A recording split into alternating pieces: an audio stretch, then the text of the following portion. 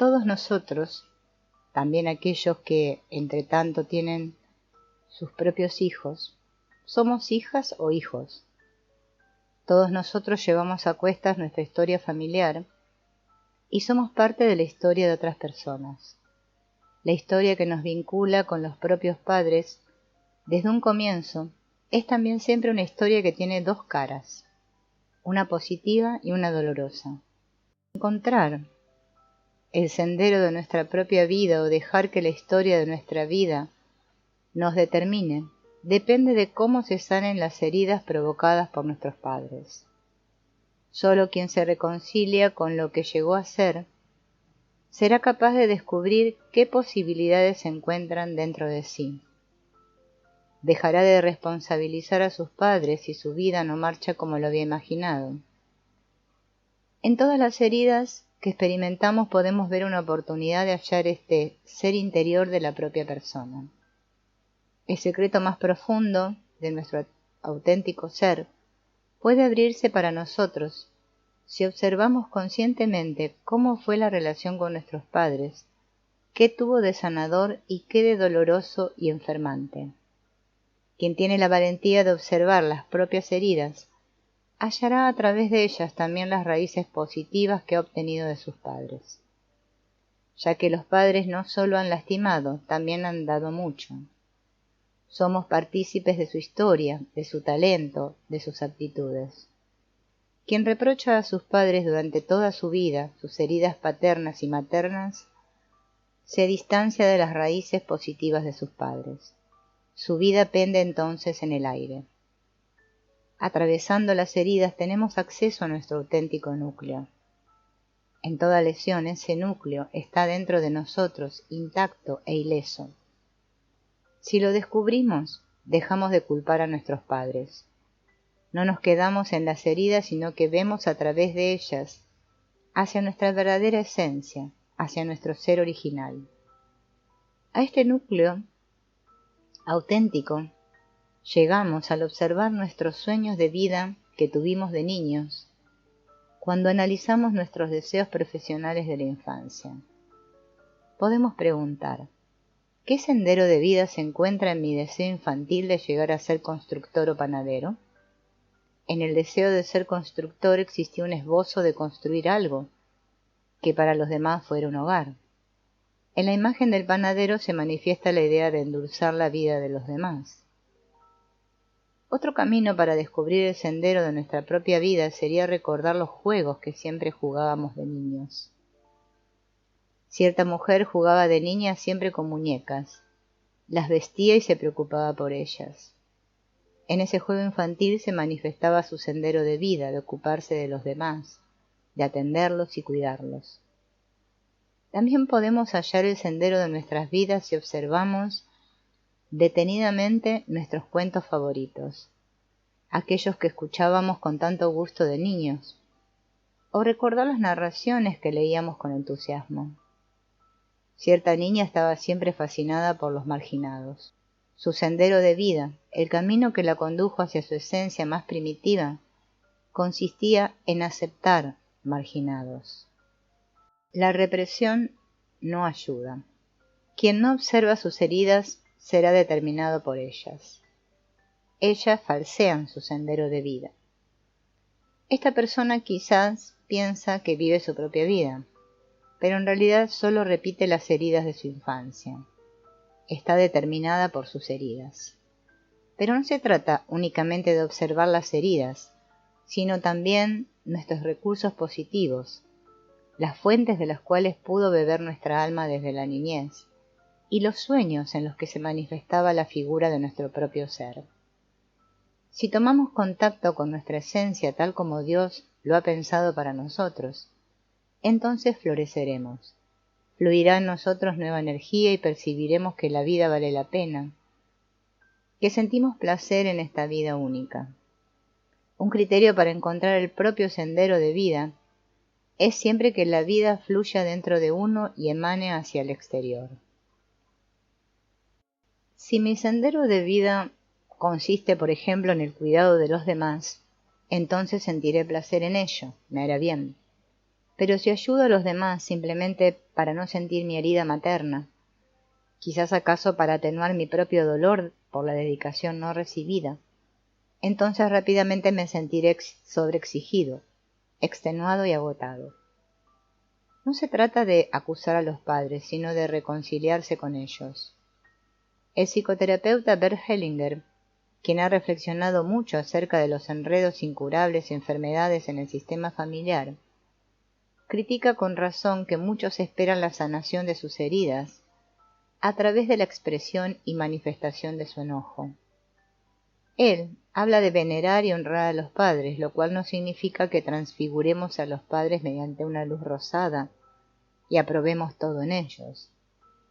Ellos tienen ciertamente sus límites. No siempre nos han dado lo que necesitábamos. Pero aun cuando esto fuera así, debemos cesar de reprochárselo. Debemos agradecerles lo positivo que realmente nos han dado. También pudimos obtener de ellos. Ellos conforman las raíces a partir de las cuales hoy vivimos. Sin estas raíces nuestro árbol de vida se seca. Para poder aceptar aquello que nos han dado nuestros padres y tornarlo útil para nuestra vida, es importante comprenderlos en su limitación y en su propia historia. Si los entendemos, no los juzgamos.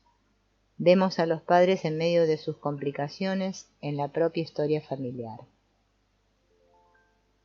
Podemos dejar en ellos lo que no nos dieron y con lo cual nos lastimaron, sin reprochárselo durante toda la vida.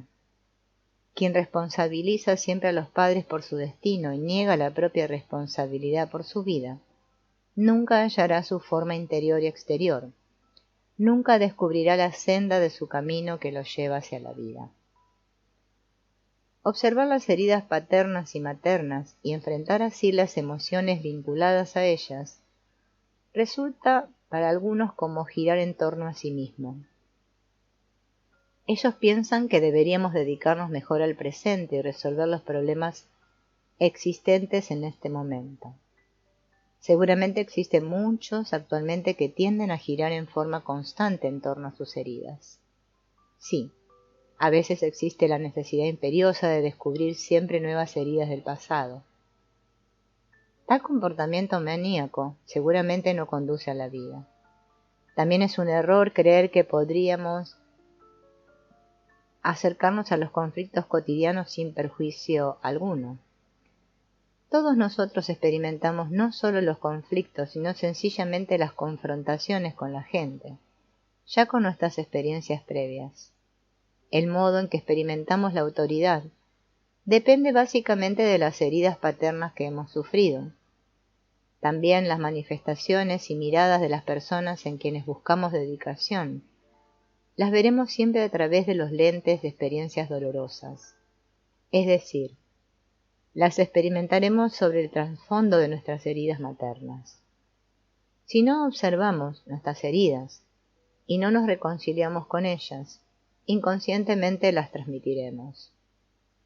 Una ley fundamental de nuestra conducta consiste en repetir las heridas que no hemos integrado en nuestra vida, ya sea lastimando a otros o a nosotros mismos, o eligiendo situaciones que equiparan las escenas hirientes de la infancia.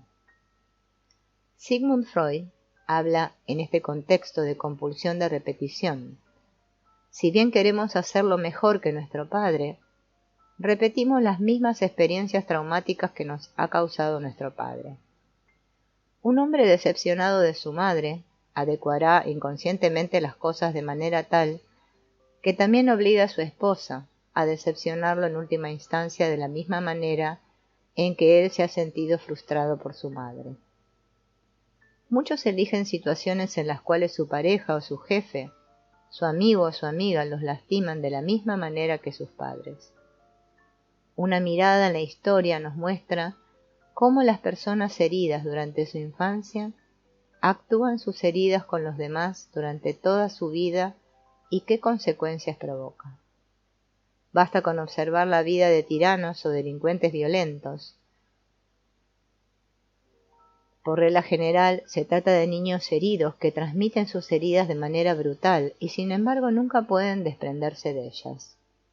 También existen las víctimas inocentes que se lastiman a sí mismas constantemente y se sienten a gusto en su papel de víctimas. Pero como víctimas a menudo también se convierten en actores, ya que como víctimas impiden a las personas de su entorno vivir la vida que les corresponde.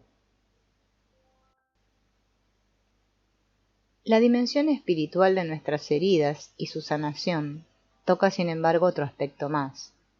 La experiencia con nuestros padres marca esencialmente nuestra imagen de Dios. Tiene poco sentido reflexionar teóricamente sobre la imagen de Dios. Debemos observar previamente cómo nació nuestra imagen de Dios, por qué nos aferramos aún inconscientemente a la imagen del Dios severo, arbitrario y controlador, por qué en nuestro inconsciente reinan aún el Dios contador o el Dios exigente. ¿En qué medida podemos reconocer y amar en Dios a nuestra auténtica madre o a nuestro auténtico padre? Dependerá de nuestras propias experiencias paternas y maternas. También nuestro camino espiritual tiene su razón en las experiencias de la infancia. Hay quienes ven también en su camino espiritual únicamente la satisfacción de las expectativas de los padres o divinas. Únicamente se colocan bajo presión. En su vida espiritual quieren realizar todo correctamente. De tal forma, su espiritualidad no los conduce hacia la vida y hacia la libertad, hacia el amor y hacia la amplitud, sino la estrechez, el temor y la exigencia. Las heridas espirituales no solo duelen, también son al mismo tiempo una oportunidad para crecer espiritualmente. Cuando estoy lastimado, no puedo continuar escondiéndome tras una fachada aparentemente perfecta. La herida quiebra mi máscara detrás de la cual no solo me escondo gustosamente frente a las personas, sino también frente a Dios. Allí, donde más profundamente estamos lastimados, también estamos abiertos a Dios. Nuestras heridas nos remiten a Dios. Nos muestran que nosotros mismos no podemos ayudarnos. No solo dependemos de la ayuda de otras personas, sino en última instancia también de la ayuda de Dios. Sin embargo, no se trata de utilizar a Dios para liberarnos lo más rápidamente posible de nuestro padecimiento, sino que a través de las heridas nos abrimos a Dios. Las heridas pueden transformarse en la puerta de entrada para su gracia. Una vez reconciliada con mi herida y abierto al amor sanador de Dios, dejo de culpar a mis padres por la escasa ternura que me han dado. Estoy en armonía con mis heridas. Puedo agradecer a Dios no haber llegado a estar satisfecho. Esto me mantiene vivo. El hambre interior me permite buscar el amor en el cual no vuelvo a depender de las personas. Mi hambre y mi sed pueden, en última instancia, ser calmadas únicamente por el amor infinito de Dios. Las dificultades que uno tiene en la familia, en su comunidad, en el trabajo y en el trato con colaboradores y amigos y amigas, tienen su razón de ser a menudo en las experiencias de la infancia. Quien, por ejemplo, no ha tenido la experiencia de un padre que le brindara sostén y lo respaldara, tendrá dificultades con la autoridad. Presiente en cada autoridad a alguien que quiere someterlo y hacerle difícil la vida. No puede enfrentar los conflictos porque no tiene respaldo. Se compara constantemente con los demás y se adecúa a ellos. Y cuando él mismo debe ejercer autoridad, lo realiza frecuentemente de manera muy autoritaria. La mujer que no ha encontrado en su madre el cobijo que anheló en lo profundo de su corazón durante toda su vida, buscará madres sustitutas y se aferrará firmemente a aquellas que ama para no perder su dedicación. Agotará sus fuerzas para la madre iglesia o para la institución escolar o la universidad o la empresa, para experimentar finalmente el amor que no ha tenido de niña. Pero de este modo se sobreexige ella misma y a los demás, e ingresa en un círculo vicioso de soledad. Nunca recibirá la dedicación que anhela, siempre se decepcionará porque su ansia no tiene límites. La observación de las heridas paternas y maternas no debe convertirse en modo alguno en una disculpa. Por cierto, en el sentido de dado que yo tuve esta experiencia, no puedo hacer otra cosa. Por esta razón carezco de confianza en mí mismo y mi vida no puede tener éxito. Esto sería una excusa. En algún momento debemos asumir la responsabilidad por nuestra propia vida. Esto significa también que debemos reconciliarnos con las heridas que experimentamos de niños. Entonces podrán convertirse en una fuente de vida. Nuestras heridas se transformarán en perlas, como afirma Hildegard von Bingen. Si observamos nuestras heridas, podremos comprendernos mejor.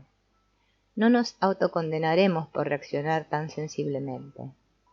Es claro que seamos tan sensibles con estas heridas, tan fácilmente molestos, tan temerosos frente a la autoridad.